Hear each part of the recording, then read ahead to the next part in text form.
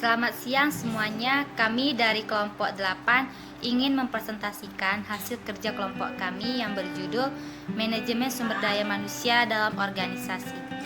Kami di sini ada 4 pemateri. Pemateri pertama ada Wan Naura Julisa, pemateri kedua ada saya sendiri Krisdayanti Silalahi, pemateri ketiga ada Anggia Aprilia, dan pemateri keempat ada Lepsi Manik.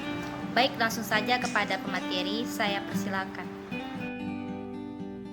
Organisasi memiliki berbagai macam sumber daya sebagai input untuk diubah menjadi output berupa produk barang atau jasa. Sumber daya tersebut meliputi modal atau uang, teknologi untuk menunjang proses produksi, metode atau strategi yang digunakan untuk beroperasi, manusia, dan sebagainya.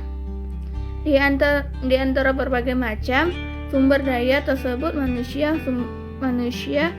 atau sumber daya manusia atau SDM merupakan elemen-elemen yang paling penting.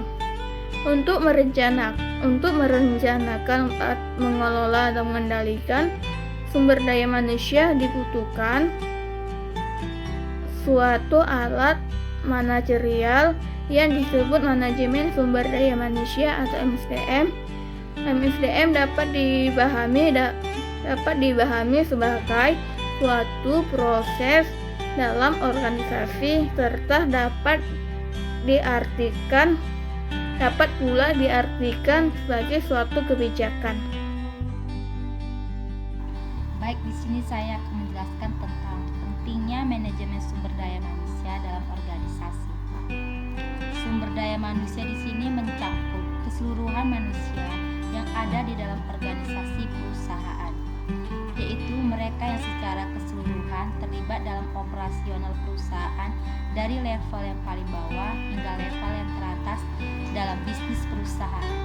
Manajemen sumber daya manusia ini merupakan proses yang berkelanjutan sejalan dengan proses operasional perusahaan.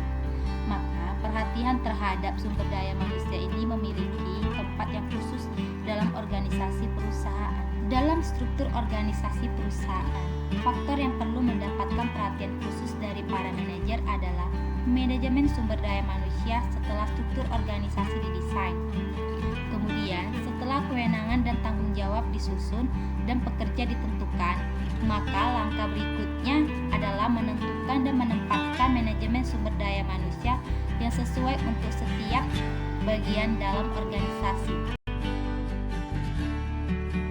Baik, di sini saya akan menjelaskan mengenai ruang lingkup MSDM, yaitu ruang lingkup MSDM dalam upaya mengolah sumber daya manusia dengan segala potensi yang dimiliki secara efektif mungkin sehingga dapat diperoleh sumber daya manusia yang puas dan memuaskan bagi organisasi. Dalam hal ini menjelaskan ruang lingkup MSDM diantaranya satu, yaitu perencanaan pegawai. Perencanaan pegawai merupakan menentukan kebutuhan pegawai untuk organisasi, baik itu secara kualitatif ataupun kuantitatif untuk sekarang dan masa depan. Kedua, yaitu pengadaan pegawai. Pengadaan pegawai merupakan menjelaskan secara rinci mengenai masing-masing pekerjaan atau jabatan dalam perusahaan atau organisasi untuk mendapatkan pegawai yang sesuai dengan kebutuhan. Ketiga, yaitu rekrutmen dan seleksi. Rekrutmen yaitu mencari dan mendapatkan calon-calon pegawai yang sesuai dengan persyaratan tersebut. Seleksi merupakan memilih calon karyawan yang memenuhi syarat dan kompetensi untuk menempati pekerjaan tersebut. Sedangkan keempat, yaitu kontrak kerja. Kontrak kerja yaitu merupakan perjanjian yang diadakan dua orang atau lebih. Dalam perjanjian tersebut satu orang memberikan pekerjaan dan yang lainnya berjanji untuk melakukan pekerjaan dalam bentuk lisan maupun tulisan. Kelima, yaitu orientasi. Orientasi merupakan pengenalan latar belakang, budaya, nilai dan etika kerja bagi karyawan yang telah lulus. Keenam, pembinaan dan pengembangan pegawai. Bisa didefinisikan sebagai usaha terencana dari organisasi untuk meningkatkan pengetahuan, kemampuan, dan keterampilan pegawai untuk mendapatkan MSDM yang baik dan meningkatkan kinerja dari MSDM tersebut. Baik, selanjutnya akan dijelaskan oleh Lepsi. Baik, di sini saya akan melanjutkan materi yang disampaikan oleh Saudari Anggi. Yang ketujuh itu ada motivasi, kesejahteraan, kesehatan, dan keselamatan kerja. Memberi dorongan kepada karyawan agar dapat melakukan sesuai tujuan organisasi. Memperhatikan kesejahteraan, keamanan, dan jaminan kesehatan dan keselamatan karyawan. Yang ke-8 ada produktivitas kinerja. Mampu menghasilkan barang dan jasa dari berbagai sumber daya atau faktor produksi yang digunakan untuk meningkatkan kualitas dan kuantitas pekerjaan yang dihasilkan dalam suatu perusahaan. Yang ke-9 adalah penilaian kinerja.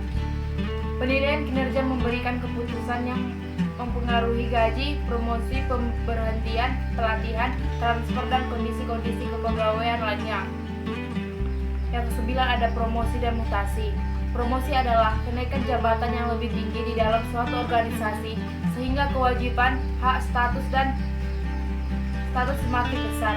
Sedangkan mutasi pegawai adalah perubahan posisi atau jabatan atau pekerjaan yang dilakukan dalam pekerjaannya. Yang ke-11 ada pemberhentian pegawai. Pemberhentian adalah pemutusan hubungan kerja seseorang pegawai dengan suatu organisasi atau lembaga. Memberhentikan pegawai merupakan fungsi fungsionalitas yang menyebabkan terlepasnya pihak organisasi dan personil dan hak kewajiban sebagai lembaga tempat kerja dan sebagai pegawai. Yang ke-12 ada kompensasi. Kompensasi adalah segala sesuatu yang diterima oleh karyawan sebagai balas jasa untuk kinerja atau pengabdian mereka yang besar terhadap pencapaian tujuan organisasi.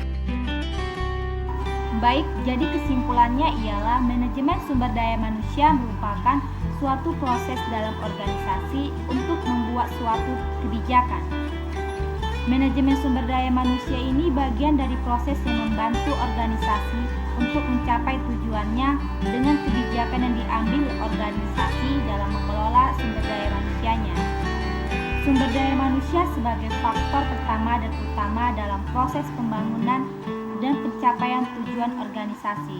Oleh karena itulah, pentingnya sumber daya manusia dalam organisasi itu sangat diperlukan sebagai unsur utama dan unsur pengendalian keberhasilan organisasi. Demikianlah presentasi dari kelompok kami. Jika ada yang ingin bertanya, kami